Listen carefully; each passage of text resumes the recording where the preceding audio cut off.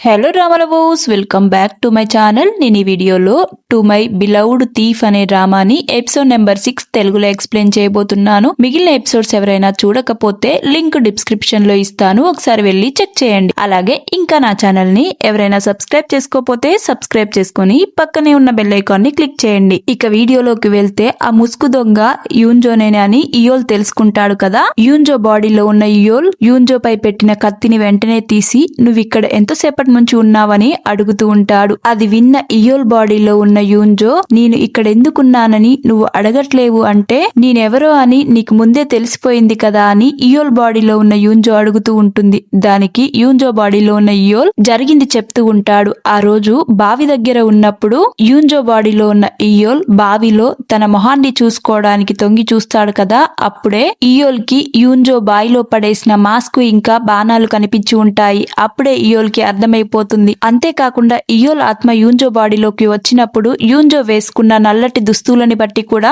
ఇయోల్ అర్థం చేసుకుంటాడు. అప్పుడే అక్కడికి యూన్జోకు తెలిసిన ఇద్దరు వ్యక్తులు గిల్దాంగ్ తప్పించుకుంటే బాగుండని అక్కడ నుంచి నడుచుకుంటూ వస్తూ అనుకుంటూ ఉంటారు. వాళ్ళ మాటలు విన్న యూన్జో బాడీలో ఉన్న ఇయోల్ తొందరగా పక్కనే ఉన్న ఇంట్లోకి వెళ్లి ఆ నల్లటి వస్త్రాలని ఇప్పేసి బయటికి వస్తాడు. అప్పుడే యూన్జో బాడీలో ఉన్న ఇయోల్ వాళ్ళ దగ్గరికి వెళ్లి నాకు హెల్ప్ చేయమంటూ కళ్ళు తిరిగి పడిపోతాడు. యూన్జో తలకి ఇంతకు ముందే గాయం అవ్వడం వల్ల రక్తం ఎక్కువగా పోయి స్పృహ తప్పి పడిపోతారు. ఇక అక్కడికి వచ్చిన ఆ ఇద్దరు వ్యక్తులు యూన్జోకి తెలిసిన వారే కావడంతో యూన్జోని తను పనిచేసే వైద్యశాలకే తీసుకొని వెళ్లి ఉంటారు. ఆ విషయం గురించే యూన్జో బాడీలో ఉన్న ఇయోలు యూన్జోకి చెప్పి ఉంటాడు. ఇక అది విన్న ఇయోల్ బాడీలో ఉన్న యూన్జో, ఇప్పటి వరకు ఇదంతా దాసినందుకు నన్ను క్షమించు అనడంతో యూన్జో బాడీలో ఉన్న ఇయోల్, నువ్వు క్షమాపణలు అడగాల్సిన అవసరం లేదు, ఎందుకంటే నువ్వు చాలా మంది పేదవాళ్లకు హెల్ప్ చేశావు, నిన్ను చాలా మంది పొగడాలి కానీ నువ్వు క్షమాపణ చెప్పమాకని యూన్జో బాడీలో ఉన్న ఇయోల్ అంటూ ఉంటాడు. అంతేకాకుండా నువ్వు ఇక్కడికి వస్తావని ఎక్స్పెక్ట్ చేశాను, నీ గురించి నాకు తెలిసిపోయిందని నీతో చెప్పకపోవడానికి కారణం నువ్వు ఈ విషయాన్ని నా దగ్గర దాచాలనుకున్నావు, నువ్వే ఆ గిల్దాంగ్ అని నాకు చెప్పలేదు, అంతేకాకుండా నువ్వు ఆల్రెడీ ఆ చీప్ ని చంపేశావని రక్షక భటులు చెప్పారు, కానీ నేను దాన్ని నమ్మాలనుకోవట్లేదు, ఎందుకంటే నీ పెళ్లి రోజే నువ్వు ఆ చీప్ ని చంపేశావంటే నేను నమ్మను, అయినా నువ్వు అలాంటి వ్యక్తివి కావు, ఆ చీప్ ఇన్స్పెక్టర్ పై చాలా మంది కక్ష కట్టి ఉన్నారు, ఎవరో చంపేసి ఉంటారని యూన్జో బాడీలో ఉన్న ఇయోల్ అంటుండడంతో అప్పుడే ఆ నకిలీ గిల్దాంగ్ సమాధి దగ్గరికి ఇమ్సయాంగ్ మనిషి ఉండే కదా, అతడు వచ్చి ఆ సమాధిని తవ్వుతూ ఉంటారు. దీంతో యూన్జో ఇంకా ఇయోల్ చెట్టు సాటుకు దాచుకొని సరైన సమయం కోసం అతడిని పట్టుకోవాలని వేచి ఉంటారు. అదే సమయంలో యూన్బుక్ ఇంకా యూన్జోకి హెల్ప్ చేసిన ఇద్దరు వ్యక్తులు ఉండే కదా, ఆ సమాధి దగ్గరికి వచ్చి ఒకసారి చెక్ చేద్దామని ముగ్గురు వస్తూ ఉంటారు. అప్పుడే అక్కడ సమాధి తవ్వుతుండడంతో ఎవరక్కడా అని యూన్బుక్ ఆ వ్యక్తి వెనకల పరిగెడుతూ ఉంటాడు. ఆ సమాధి తవ్వుతున్న వ్యక్తి యూన్బుక్ ని చూసి అక్కడ నుంచి పారిపోతూ ఉంటారు. యూన్బుక్ అతడి వెనకాల పరిగెడుతూ ఉంటాడు. అంతేకాకుండా ఇయోల్ ఇంకా యూన్జో కూడా అతడిని పట్టుకోవాలని చెట్ల సాటు నుంచి అతడి వెనకాల పరిగెడుతూ ఉంటాడు. ఆలోపే అతడు వాళ్ళ నుండి తప్పించుకొని అడవి లోపల ఉన్న డేంజరస్ ప్లేస్ లోకి ఆ వ్యక్తి పారిపోతాడు. ఇక దాంతో యూన్బుక్ ఆ ప్లేస్ కి వెళ్తే చాలా డేంజర్ అని అక్కడే ఆగిపోతాడు. ఇక యూన్జో ఇయోల్ కూడా అతడు పారిపోయిన ప్లేస్ లో సింహాలు ఇంకా పులులు తిరుగుతూ ఉంటాయి, ఆ ప్లేస్ ప్రమాదమని, అంతేకాకుండా వాళ్ళిద్దరు వేసుకొచ్చిన నల్ల బట్టల్ని ఎవరైనా చూస్తే ప్రమాదమని అక్కడే ఆగిపోతారు. తర్వాత యూన్జో బాడీలో ఉన్న ఇయోల్ ఆ నల్లటి బట్టలను మార్చుకుని వచ్చి ఇయోల్ బాడీలో ఉన్న యూన్జోతో ఇయోల్ ఇలా అంటూ ఉంటాడు, ఆ చీప్ ని ఎవరు చంపారని నువ్వు అనుకుంటున్నావని అనడంతో దానికి ఇయోల్ బాడీలో ఉన్న యూన్జో, ఆల్రెడీ రాజ్యంలో సగం మంది అతడు చనిపోవాలని కోరుకుంటున్నారనడంతో అది విన్న యూన్జో బాడీలో ఉన్న ఇయోల్, అవును కానీ అతడికి ఎలాగో మరణశిక్ష పడేది, కానీ అతన్ని ఎందుకు చంపాలనుకున్నారు, ఇప్పుడు ఆ వచ్చి వెళ్లిన వ్యక్తిని కూడా పట్టుకోవడం చాలా కష్టం, ఇంత జరిగిన తర్వాత అతడు అస్సలు బయటికి రాడు, అజ్ఞాతంలో ఉండిపోతాడు అని అంటుండడంతో ఇయోల్ బాడీలో ఉన్న యూన్జో ఆ పోలీస్ బ్యూరో దగ్గరికి నకిలీ గిల్దాంగ్ ఎందుకు వచ్చారో అని ఇయోల్ బాడీలో ఉన్న యూన్జో ఇయోల్ ని అడుగుతుండడంతో దానికి ఇయోల్, వాళ్ళు చంపేసిన తర్వాత ఇదంతా గిల్దాంగ్ మీద నెట్టాలనుకున్నారు, అంతేకాకుండా ఆ గిల్దాంగ్ ని ప్రజల దృష్టిలో చంపేయాలనుకున్నారు. ఈ చిన్న దొంగ కేసు ఇక్కడితో సాల్వ్ అయిందని అనుకుందాము అని యూన్జో బాడీలో ఉన్న ఇయోల్ అంటుండటంతో నువ్వేమంటున్నావు, ఇంకొకసారి ఈ దొంగగా మారొద్దని నువ్వు చెప్తున్నావా అని ఇయోల్ బాడీలో ఉన్న యూన్జో అంటూ ఉంటుంది. అంతేకాకుండా తను ఇలాగే దొంగతనాలు కొనసాగిస్తాననడంతో అది విన్న ఇయోల్ కి కోపం వచ్చి, ఇలానే దొంగతనం చేస్తూ ఉంటే ఏదో ఒక రోజు పట్టుబడతావు. ఇప్పుడు నువ్వు అన్ని చూస్తూనే ఉన్నావు కదా, నీ మీద చాలా నిందలు వస్తూ ఉన్నాయి. రేపటి రోజున నువ్వు పట్టుబడ్డ రోజు అవన్నీ నువ్వు మోయాల్సి వస్తుంది. అంతేకాకుండా ఆ రోజు నకిలీ గిల్దాంగ్ చనిపోయాడని తెలిసిన రోజు నా మనసులో నేను ఎంత ఫీల్ అయ్యానో తెలుసా. నీ విషయం నాకు తెలుసని నీ దగ్గర దాపెట్టి తప్పు చేశానేమో. అంతేకాకుండా నేను ఆ రోజే నిన్ను అడ్డుకొని ఉంటే ఇంత కాడికి వచ్చేది కాదని నేనెంత బాధపడ్డానో తెలుసా. నువ్వే చనిపోయావనుకున్నాను. కంగారు పడుతూ నీ దగ్గరికి వచ్చాను. అంతేకాకుండా ఏదో ఒక రోజు ఇలానే జరగవచ్చు, మరెప్పుడు ఇలా చేయొద్దని కోపంగా యూన్జో బాడీలో ఉన్న ఇయోల్ అక్కడి నుంచి వెళ్ళిపోతూ ఉంటాడు. ఇక వీళ్ళిద్దరూ కలిసి కొంత దూరం వచ్చాక యూన్జో బాడీలో ఉన్న ఇయోల్ నేను ఇక్కడ నుంచి వెళ్ళిపోతానని యూన్జోకి చెప్పి అక్కడి నుంచి వెళ్తూ ఉంటాడు. అదే సమయంలో ఇమ్సాయాంగ్ పెద్ద కొడుకు అటుగా వస్తూ యూన్జో ఎవరితోటో అబ్బాయితో మాట్లాడుతుందని దూరం నుంచి చూస్తూ ఉంటాడు. అంతేకాకుండా అతడికి అతని ఫేస్ సరిగా కనపడకపోవడంతో ఇంత రాత్రి ఒక అమ్మాయి ఒక అబ్బాయితో ఏం చేస్తుందని అనుకుంటూ ఉంటాడు. కట్ చేస్తే మరుసటి రోజు ఇమ్సాయాంగ్ పెద్ద కొడుకు యూన్జోని కలవాలని చెప్పడంతో యూన్జో బాడీలో ఉన్న ఇయోల్ వెళ్లి అతడిని కలుస్తాడు. అప్పుడే అతడు, నువ్వు నిన్న రాత్రి ఒక అబ్బాయిని కలిసావు కదా, ఎవరితో ఉన్నావు నిన్న రాత్రి అని అడుగుతుండడంతో దానికి యూన్జో బాడీలో ఉన్న ఇయోల్ నేనెవర్ని కలవలేదు అని చెప్పడంతో నువ్వు ఇంత మంచిగా అబద్ధాలు ఆడుతావా అని అతడు అంటూ ఉంటాడు. అప్పుడే ఇయోల్ తన మనసులో, ఇతడు రోజు రాజభవనానికి వస్తాడు కదా, ఆ సమయంలో మేమిద్దరం మాట్లాడుకోవడం చూసి ఉంటాడు. కానీ ఇతడు నా ఫేస్ చూసి ఉండలేదా, చూసి ఉంటే నన్ను గుర్తుపట్టేవాడు కదా అని యూన్జో బాడీలో ఉన్న ఇయోల్ మనసులో అనుకుంటూ ఉంటాడు. అప్పుడే అక్కడికి ఇమ్సాయాంగ్ వచ్చి ఏం మాట్లాడుకుంటున్నారు మీరిద్దరు అనడంతో నిన్న రాత్రి యూన్జో ఒక అబ్బాయితో ఉందని వాళ్ళ డాడీకి చెప్తూ ఉంటాడు. దానికి యూన్జో బాడీలో ఉన్న ఇయోల్ ఇమ్సాయాంగ్ తో అతడు వాళ్ళ గ్రాండ్ మదర్ తో రెస్పెక్ట్ ఇచ్చి మాట్లాడమనండి, చదువుకున్నవాడు నోటికి వచ్చినట్లుగా మాట్లాడకూడదు. అంతేకాకుండా ఒక రాజ కుటుంబంలో ఉండి ఒక స్త్రీని ఇలా అనుమానించడం అస్సలు కరెక్ట్ కాదు అని అంటూ ఉంటుంది. అంతేకాకుండా నిన్న రాత్రి నేను ఎవరిని కలిశానో అతడి పేరు చెప్పమనండి అని అడగడంతో దానికి అతడు నేను సరిగ్గా మొహం చూడలేదని చెప్పడంతో చూసాడా అతడు ఎంత క్లియర్ గా అబద్ధాలు ఆడుతున్నారో, నేనెవర్ని కలవలేదని ఇమ్సాయాంగ్ తో యూన్జో బాడీలో ఉన్న ఇయోల్ చెప్తుండడంతో దానికి ఇమ్సాయాంగ్ యూన్జో బాడీలో ఉన్న ఇయోల్ తో మీరు మా నాన్నగారికి ఎంతగానో సేవ చేశారు, మేమెప్పుడు మిమ్మల్ని గౌరవిస్తాము అని చెప్పి తన కొడుకుని తనతో పాటు తీసుకొని వెళ్తాడు. ఇక ఇయోల్ కూడా అక్కడి నుంచి వెళ్ళిపోదాం అనుకుంటున్న సమయంలో దూరం నుంచి వీళ్ళ మాటలన్నీ ఇమ్జేయు విని యూన్జో బాడీలో ఉన్న ఇయోల్ ని చూసి అక్కడి నుంచి వెళ్ళిపోతూ ఉంటాడు. అప్పుడే ఇయోల్ ఇమ్జేయు దగ్గరికి వెళ్లి, నేను నా చిన్న మనవడితో మాట్లాడాలనుకుంటున్నాను. మీ కుటుంబంలోని మగవారికి మర్యాద అనేది తెలియదనుకుంటా, దాని గురించి ఇప్పుడే మీ వాళ్లకు చెప్పాను. నీకు కూడా ఒకటి తెలియజేయాలనుకుంటున్నాను. ఇక నుంచి ఉంపుడు గత్తె తక్కువ జాతి అమ్మాయి అని నీ నోటి నుంచి వస్తే నేను ఏం చేస్తానో నాకే తెలియదు, చంపడానికి కూడా రెడీ అన్నట్లుగా ఇయోల్ అంటూ ఉంటాడు. దానికి ఇమ్జేయు యూన్జో బాడీలో ఉన్న ఇయోల్తో ఇలా అంటూ ఉంటాడు. మొదటి నుంచి నేను నిన్ను నాశనం చేయాలనుకున్నాను, కానీ ఆ రోజు మీ అమ్మ నిన్ను కలవడానికి వచ్చినప్పుడు మీరు మాట్లాడుకున్న మాటలు నేను విన్నాను. ఆ రోజు మీ సోదరుడు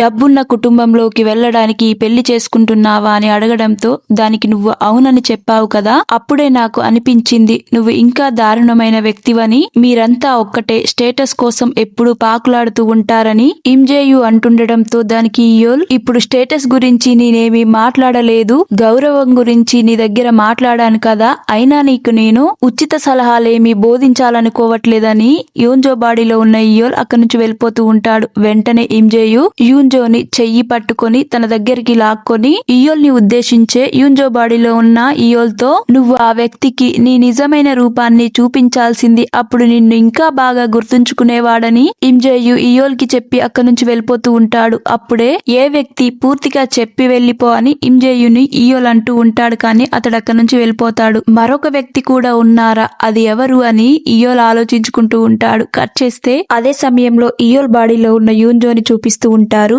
యూన్జో ఒక సూప్ తీసుకువెళ్లి రాజమాతకి ఇస్తూ రేపటి నుంచి ఖర్జూరాలతో చేసిన సూపును తాగండి, మీ ఆరోగ్యానికి మంచిది అని మాట్లాడుతూ ఉంటాడు. దానికి రాజమాత ఇయోల్ బాడీలో ఉన్న యూన్జోతో నువ్వు రోజు ఉదయాన్నే వైద్యశాలకు వెళ్తావంట, అసలు నువ్వేం చేయాలనుకుంటున్నావని అడగడంతో దానికి ఇయోల్ బాడీలో ఉన్న యూన్జో ఇలా అంటూ ఉంటుంది, మీరు నా పైన చేసుకున్న అపార్థాన్ని తొలగిద్దామనుకుంటున్నాను. నేనేమీ పనికిరాని వాడిలా ఉండాలనుకోవట్లేదు. అందరిలాగే నేను గౌరవంగా ఉంటాను, నిజాయితీగా ఉంటాను. నేను బాగుంటేనే రాజు కూడా బాగుంటాడు కదా అని ఇయోల్ బాడీలో ఉన్న యూన్జో అంటుండటంతో అది విన్న రాజమాత నీకు ఇన్ని రోజుల తర్వాత బాధ్యత గుర్తుకు వచ్చిందా అని అంటూ ఉంటుంది. అంతేకాకుండా తన కొడుకు ఈ రోజు తనతో బాగా మాట్లాడుతున్నాడని మనసులో హ్యాపీగా ఫీల్ అవుతూ ఉంటుంది. యూన్జో అక్కడి నుంచి వెళ్ళిపోయాక రాజమాత తన దాసిని పిలిచి వెంటనే ఆ హాంగ్సీని వెతికించండి, ఎలా అయినా రాజభవనానికి తీసుకురండి అని చెప్పడంతో ఆమె సరే అని అక్కడి నుంచి వెళ్ళిపోతుంది. ఇక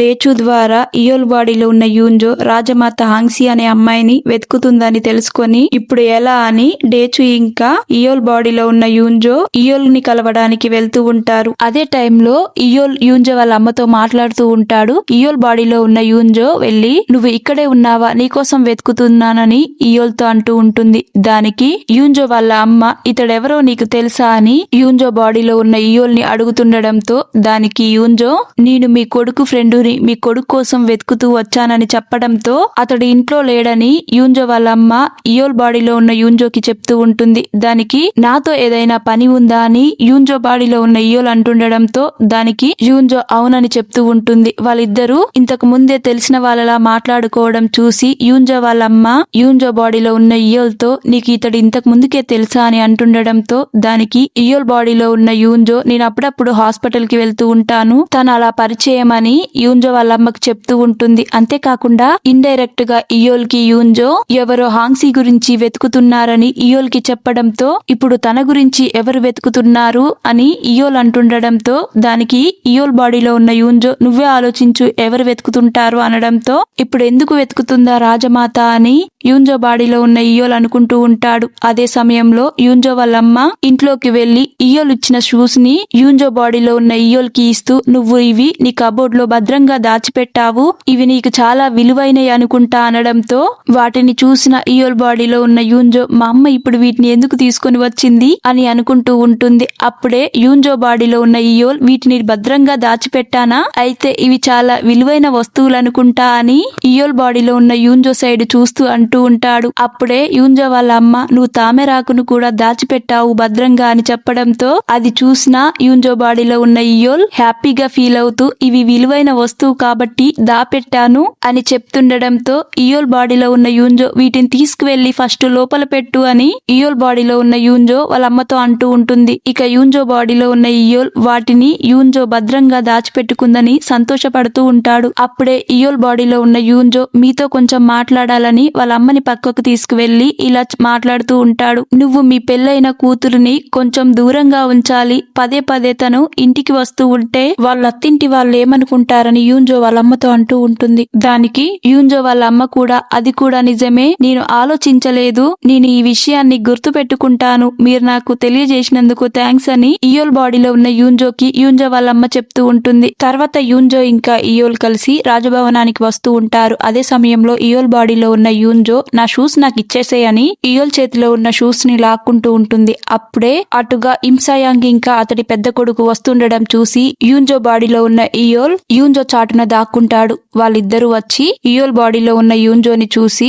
నమస్కారం యువరాజా అని చెప్తూ ఉంటారు. వెనకాలే యూన్జో బాడీలో ఉన్న ఇయోల్ అడ్డుగా దాక్కుని ఉంటాడు వాళ్ళకు కనపడుకోకుండా. ఇక వాళ్ళు యూన్జోతో మీరు నిన్న రాత్రి మహారాజు గారి రూమ్ లోకి వెళ్లారంట, ఆ ధూపాన్ని తీసేయమని చెప్పారంట, ఇదంతా ఆ వైద్యశాల వైద్యశాలలో ఉన్న వాళ్ళు సజెస్ట్ చేశారు. రాజుగారి ఆరోగ్యం మెరుగుపడుతుందని చెప్పడంతో మేము అక్కడ పెట్టాము, వాళ్ళ సంగతి చెప్తాంలే అని ఇమ్సయాంగ్ పెద్ద కొడుకు అంటుండడంతో దానికి ఇయోల్ బాడీలో ఉన్న యూన్జో అలాంటిదేమీ లేదు, వాళ్ళేమి కావాలని పెట్టుండరులే, వాళ్ళనేమి అనొద్దన్నట్లుగా ఇయోల్ బాడీలో ఉన్న యూన్జో అంటూ ఉంటుంది. అంతేకాకుండా ఇమ్సయాంగ్ తో మీ ఫాదర్ చనిపోయారని విన్నాను, అతని ఆత్మకు శాంతి చేకూరాలని అనుకుంటున్నాను అని అక్కడి నుంచి వెళ్తూ ఉంటాడు. ఇక యూన్జో బాడీలో ఉన్న ఇయోల్ కూడా యువరాజు వెనకాలే దాక్కుని వెళ్తూ ఉంటుంది. అప్పుడే యూన్జో బాడీలో ఉన్న ఇయోల్ వస్తువు ఒకటి కింద పడిపోవడంతో ఇమ్సయాంగ్ రాజుగారి దాసి ఇక్కడే ఆగండి, నీ వస్తువు కింద పడిపోయింది తీసుకోండి అని చెప్పడంతో యూన్జో ఇంకా ఇయోల్ వెంటనే అక్కడే ఆగి ఇమ్సయాంగ్ యూన్జో మొహాన్ని చూసేస్తాడేమో అని టెన్షన్ పడుతూ ఉంటారు. అప్పుడే ఇయోల్ బాడీలో ఉన్న యూన్జో వెనక్కి తిరిగి నేను తీసుకుంటానులే అని వస్తూ ఉండటంతో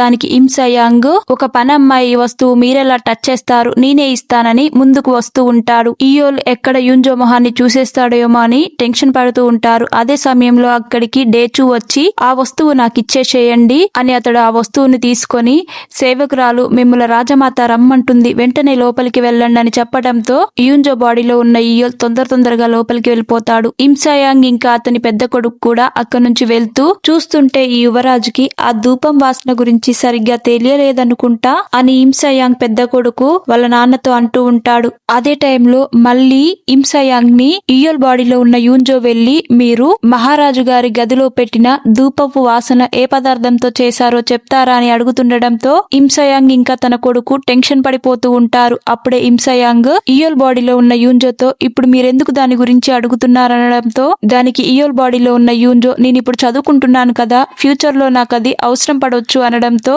దానికి ఇమ్సయాంగ్ అది గోద్గు అనే పూల పదార్థాలతో చేసిన ఒక పదార్థం అని చెప్పడంతో దానికి సరే అని ఇయోల్ బాడీలో ఉన్న యూన్జో అక్కడి నుంచి వెళ్ళిపోతూ ఉంటుంది. కట్ చేస్తే యూన్జో బాడీలో ఉన్న ఇయోల్ వెళ్లి రాజమాతని కలిసి మీరు నన్ను కలవాలన్నారంట కదా అని అనడంతో దానికి రాజమాత అవును నేనే మిమ్మల్ని రమ్మన్నాను, ఇప్పటి నుంచి మీరు రాజు మీద ఒక కన్నేసి ఉంచండి, అంతేకాకుండా అతడు ఏ అమ్మాయిలతో రాత్రి చెయ్యి పట్టుకొని తిరుగుతున్నాడో గమనించండి అని చెప్పడంతో యూన్జో బాడీలో ఉన్న ఇయోల్ మనసులో ఇలా అనుకుంటాడు, మీరు సరైన వ్యక్తికే మీరు మీ పనిని అప్పగించారని మనసులో నవ్వుకుంటూ ఉంటాడు. అప్పుడే రాజమాత యువరాజు ఎవరో అగౌరవమైన అమ్మాయితో తిరుగుతున్నాడని నాకు అనిపిస్తుంది అనడంతో దానికి యూన్జో బాడీలో ఉన్న ఇయోల్ అగౌరవం అనే పదాన్ని మీరెప్పుడు రాజు ముందు యూజ్ చేయకండి, అతడి మనసు బాధపడుతుండొచ్చు కదా అనడంతో దానికి రాజమాత నువ్వు చెప్పింది కూడా నిజమే, అతడికి ఏదైనా చెయ్యొద్దని చెప్తే దాన్ని చేసి చూపిస్తాడు, మీరు మాత్రం ఖచ్చితంగా యువరాజు ఏ అమ్మాయి చుట్టూ తిరుగుతున్నాడో తెలుసుకోండి అని చెప్తూ ఉంటుంది. కట్ చేస్తే అదే సమయంలో హేరిమ్ ని చూపిస్తూ ఉంటారు.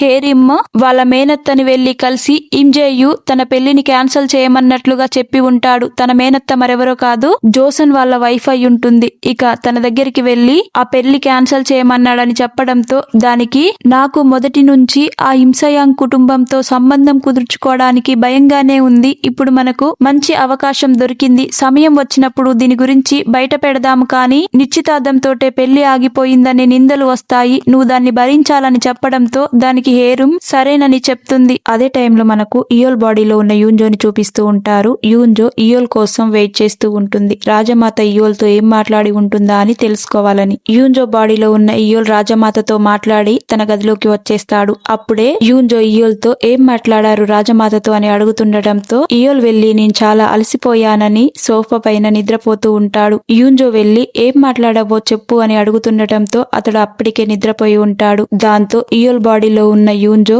ఇయోల్ దగ్గర ఉన్న షూస్ ని తీసుకుని ఇతడు నిజంగా అలసిపోయాడనుకుంటా అని అలానే చూస్తూ ఉంటుంది. తర్వాత యూన్జో కూడా అక్కడ ఒక చిన్న బల్ల ఉండడంతో దానికి ఆనుకొని నిద్రపోతుంది. ఇలా రాత్రైపోవడంతో యూన్జో బాడీలో ఉన్న ఇయోల్ కి మెలకువ వచ్చి యూన్జో దగ్గరికి వచ్చి అలానే చూస్తూ ఉంటాడు. అప్పుడే ఇయోల్ బాడీలో ఉన్న యూన్జో కళ్ళు తెరిచి చూడడంతో అలానే ఉండు, కొద్దిసేపు నా మొహాన్ని నేను చూసుకోనివ్వు అని అంటూ ఉంటాడు. కట్ చేస్తే కొద్దిసేపటి తర్వాత డేచు యువరాజా నేను మీరు గదిలోకి రావచ్చా అని అడుగుతుండడంతో సరే రమ్మని యూన్జో బాడీలో ఉన్న ఇయోల్ వెళ్లి తన ప్లేస్ లో కూర్చుంటాడు. అప్పుడే డేచు లోపలికి వస్తారు. తర్వాత వీళ్ళు ముగ్గురు కలిసి బయటికి వెళ్తున్న సమయంలో యూన్జో బాడీలో ఉన్న ఇయోల్ యూన్జోతో నువ్వు జోసన్ గదిలోకి వెళ్ళావా అని అడుగుతుండడంతో దానికి ఇయోల్ బాడీలో ఉన్న యూన్జో ఈ విషయం గురించి మీకు 2 రోజుల క్రితమే చెప్పాలనుకున్నాను, మర్చిపోయాను అని ఆ గదిలో ధూపం వాసన గురించి చెప్తూ ఉంటుంది. దానికి యూన్జో బాడీలో ఉన్న ఇయోల్ జోసన్ చాలా షాక్ అయిపోయి ఉంటాడే, అకస్మాత్తుగా తమ్ముడు ఇంత శ్రద్ధ ఎందుకు చూపుతున్నాడని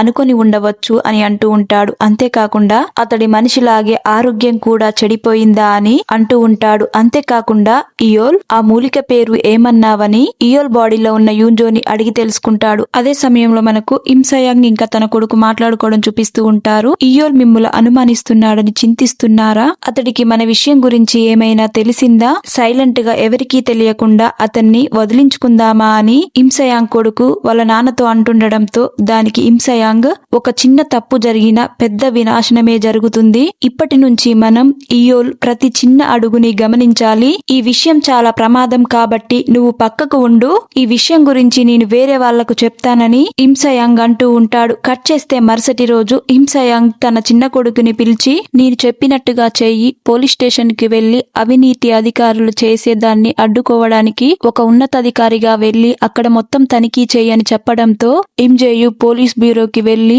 అక్కడున్న వస్తువులన్నింటినీ తనిఖీ చేస్తాడు. అంతేకాకుండా తన మనుషులతో అక్కడున్న ఫైల్స్ అన్ని ఓపెన్ చేసి ఉంటాడు. అప్పుడే ఇమ్జేయుకు గిల్దాంగ్ అనే దొంగ గురించి తెలిసి ఇదంతా చూస్తుంటే నవ్వులాటగా ఉందని తన మనసులో అనుకుంటూ ఉంటాడు. అదే టైంలో మనకు గిల్దాంగ్ చనిపోయాడని ఊర్లో ఉన్న వాళ్ళంతా డబ్బును సేకరించి అతని అంత్యక్రియలు చేయాలనుకుంటూ ఉంటారు. ఇక అక్కడున్న వాళ్ళంతా గిల్దాంగ్ గురించి గొప్పగా మాట్లాడుకోవడం యూన్జో బాడీలో ఉన్న ఇయోల్ ఇలా అనుకుంటూ ఉంటాడు. అతడు చనిపోయినందుకు నాకు బాధగా ఉంది, కానీ అతడు అసలైన గిల్దాంగ్ కాదు కదా అని అక్కడి నుంచి వెళ్ళిపోతూ ఉంటాడు. కట్ చేస్తే ఇమ్జేయు పోలీస్ బ్యూరోలో తనిఖీలు చేసి రాజభవనానికి వస్తూ ఉంటాడు. అదే సమయంలో యూన్జో బాడీలో ఉన్న ఇయోల్ వెళ్లి రాజమాతను కలిసి రాజమాతతో యువరాజు గురించి మాట్లాడుతూ ఉంటుంది. అతడు అనుమానించదగ్గట్లు ఏమీ అనిపించట్లేదు. కొన్ని రోజులుగా అతడు ఇంట్లో నుంచి కదలట్లేడు. అంతేకాకుండా పోలీస్ బ్యూరోకి కూడా వెళ్లట్లేడని యూన్జో బాడీలో ఉన్న ఇయోల్ వాళ్ళ అమ్మకు చెప్తూ ఉంటాడు. రాజమాత తన కొడుకు గురించి ఇన్ఫర్మేషన్ అడిగి ఉండే కదా, వాటి గురించే చెప్తూ ఉంటుంది.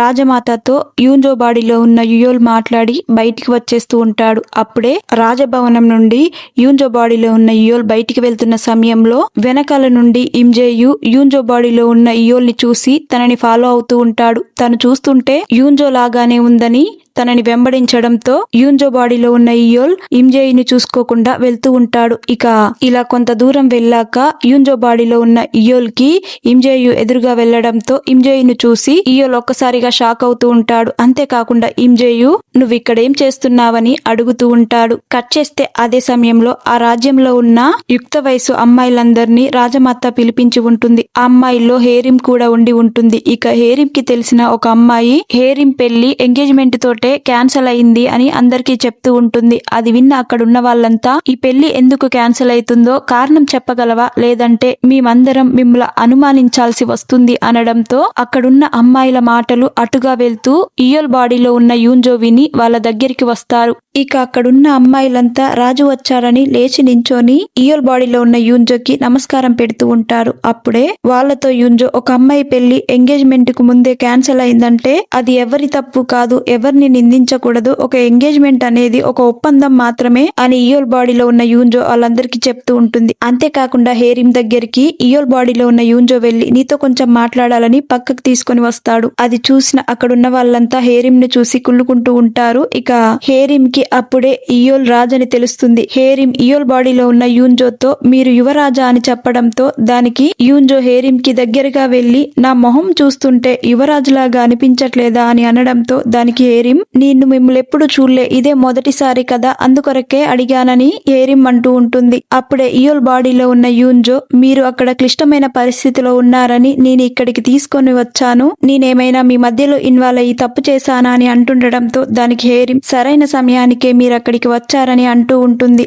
అప్పుడే ఇమ్జేయు యూన్జో బాడీలో ఉన్న ఇయోల్ ని అక్కడి నుంచి లాక్కుంటూ బయటికి తీసుకురావడం చూపిస్తూ ఉంటారు. అయితే ఇమ్జేయు అటుగా వచ్చి అక్కడే ఉన్న ఇయోల్ బాడీలో ఉన్న యూన్జోని హేరిం ని చూసి హో యూన్జో ఇక్కడ ఉండడానికి కారణం నువ్వేనా అని ఇమ్జేయు అంటూ ఉంటాడు. అప్పుడే అక్కడే ఉన్న హేరిం నీకెదురుగా ఉన్నది యువరాజు అని చెప్పడంతో నువ్వు రాజా, నాకు ఇంతవరకు తెలియదు అని తనకు నమస్కారం పెట్టి మా కుటుంబ విషయాల్లో ఇన్వాల్వ్ కాకని యూన్జో బాడీలో ఉన్న ఇయోల్ని అక్కడి నుంచి లాక్కెళ్తూ ఉంటాడు. ఇక యూన్జో కూడా ఏమీ మాట్లాడుకోకుండా నించొని అలానే చూస్తూ ఉంటుంది. ఇయోల్ బాడీలో ఉన్న యూన్జో ఇయోల్ గదిలోకి వచ్చి డల్లుగా కూర్చొని ఉంటుంది. అప్పుడే డేచు అక్కడికి వచ్చి మీరేనా తనని తీసుకువెళ్తూ ఉంటే అలా చూస్తూ ఉన్నారు, చూస్తుంటే మీరు ఒకప్పటిలా లేరు, తను పెళ్లి చేసుకుంటూ ఉంటే తన పల్లెకి మోసేవాళ్ళు తనని ఆ గుంటల రోడ్లో ఎక్కడ కింద పడేస్తారో అని అక్కడున్న రోడ్లన్నీ బాగు చేపించారు. అంతేకాకుండా ఆ రోజు వర్షం పడుతుంటే బురదలో నడిస్తే తన కాళ్ళు పాడైతాయని మీరు వెళ్లి తన ఇంటి దగ్గర షూస్ ని కూడా పెట్టారు.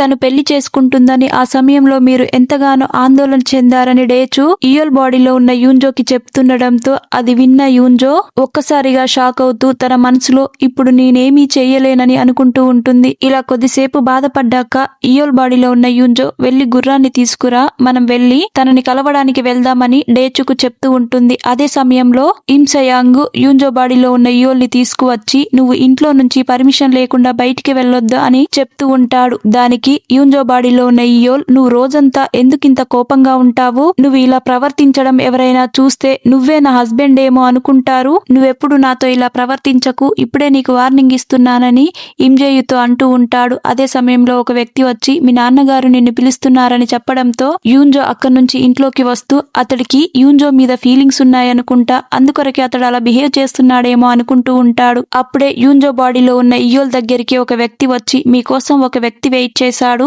తను బయట మీకోసం వెయిట్ చేస్తున్నాడని చెప్పడంతో యూన్జో బాడీలో ఉన్న ఇయోల్ బయటికి వెళ్తూ ఉంటుంది. అప్పుడే ఒక వ్యక్తి వచ్చి యూన్జో బాడీలో ఉన్న ఇయోల్ మెడపైన కత్తి పెట్టి నువ్వే కదా ఆ గిల్దాంగ్ దొంగవని అంటూ ఉంటాడు. కట్ చేస్తే అదే సమయంలో ఇయోల్ కోసం యూన్జో గుర్రం వేసుకొని వస్తూ ఉంటుంది. అప్పుడే ఇమ్సయాంగ్ కొంతమంది సైనికులతో డేచుని ఇంకా ఇయోల్ ని అడ్డుకోవడం చూపిస్తూ ఉంటారు. ఇమ్సయాంగ్ ఇయోల్ బాడీలో ఉన్న యూన్జో దగ్గరికి వచ్చి మీరే కదా గిల్దాంగ్ ని తప్పించుకునేలా చేసిందని అంటూ ఉంటాడు. అదే సమయంలో యూన్జోకి ఇంకా ఇయోల్ కి ఇద్దరికి చెస్ట్ దగ్గర పెయిన్ వస్తూ ఉంటుంది.